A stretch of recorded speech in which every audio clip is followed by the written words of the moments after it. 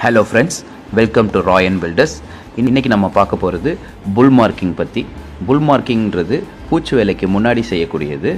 பூச்சி வேலைக்கான preparation work தான் புல் மார்க்கிங். இந்த புல் மார்க்கிங்கை நம்ம சரியான விதத்தில் பண்ணோம்னா நம்மளுடைய அவுட்புட் ரொம்ப அருமையாக கிடைக்கும்.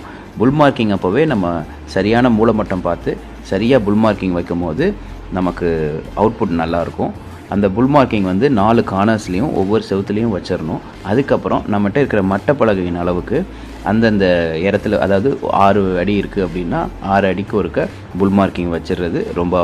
இன்னர் ரூமுக்கு நம்ம புல் மார்க்கிங் கொண்டு போனோம் அப்படின்னா ஏற்கனவே பழைய புல் மார்க்கிங்லேருந்து மூலமட்டம் பார்த்து நம்ம சரியாக இன்னர் வச்சு அதிலிருந்து நம்ம குத்தாலம் எடுத்து கொண்டு போகிறது சரியாக இருக்கும்.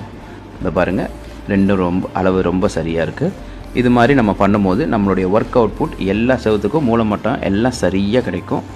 அது மட்டும் இல்லை, நம்மளுடைய லாஃப்ட் இருக்குது பாருங்கள், அந்த லாஃப்டில் பார்த்திங்கன்னா அடிமட்டம் செவுத்துக்கு சரியாக மூலமட்டம் பார்த்து நம்ம கரெக்டாக திருப்பும் போது இது மாதிரி நம்ம புல் மார்க்கிங் வச்சுட்டு நம்ம சரியாக பூசும் போது நம்மளுடைய அவுட்புட் நல்லாயிருக்கும். நாளைக்கு இன்டீரியர் ஒர்க் பண்ணும்போது நமக்கு பர்ஃபெக்ட் ஃபினிஷ் கிடைக்கும். Thank you friends. ஏதாவது டவுட் இருந்தால் கமெண்ட்டில் சொல்லுங்கள், நான் அதை பார்த்து உங்களுக்கு கிளாரிஃபை பண்ணுறேன். நெக்ஸ்ட் வீடியோவில் சந்திப்போம்.